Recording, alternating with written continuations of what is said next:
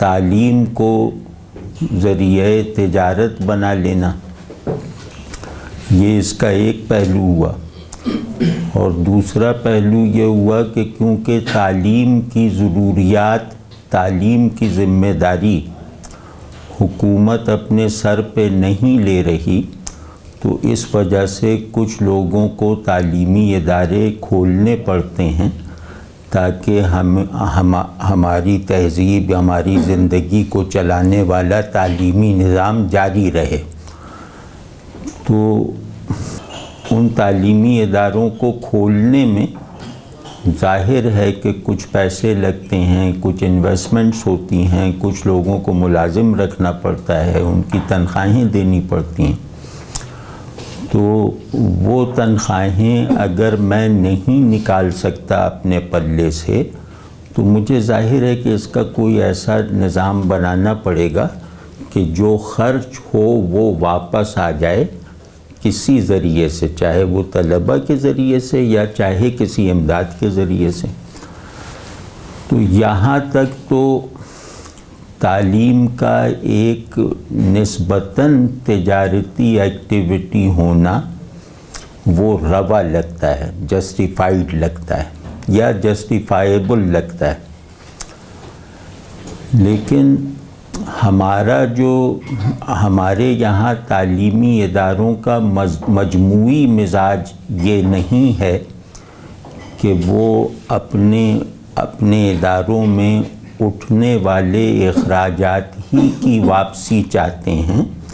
بلکہ وہ اس پر کئی گنا منافع کے بھی طالب ہیں۔ تو اگر تعلیم کمرشل ایکٹیویٹی ہے، یعنی مجھے کوئی اور کاروبار کرنا ہو، جس طرح اور کاروبار کرنے ہوتے ہیں،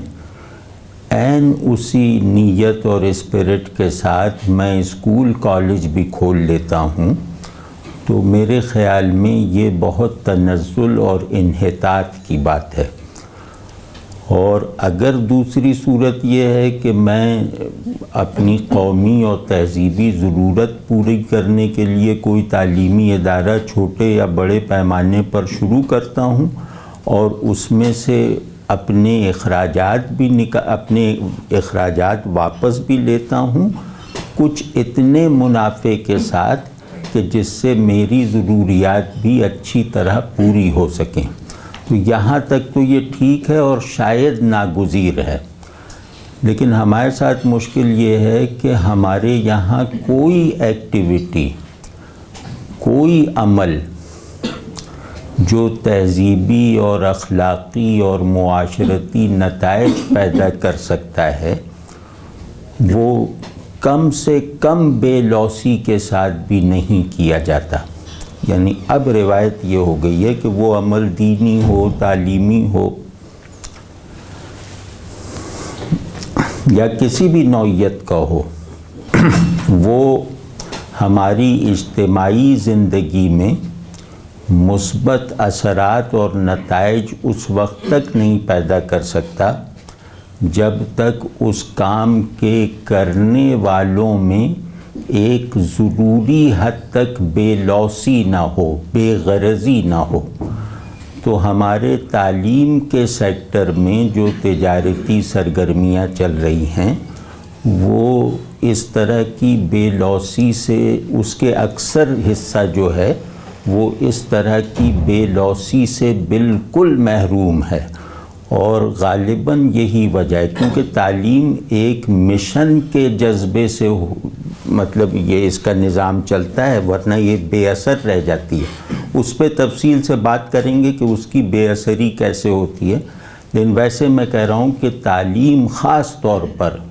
ایک ایسی حساس اجتماعی اور تہذیبی ذمہ داری ہے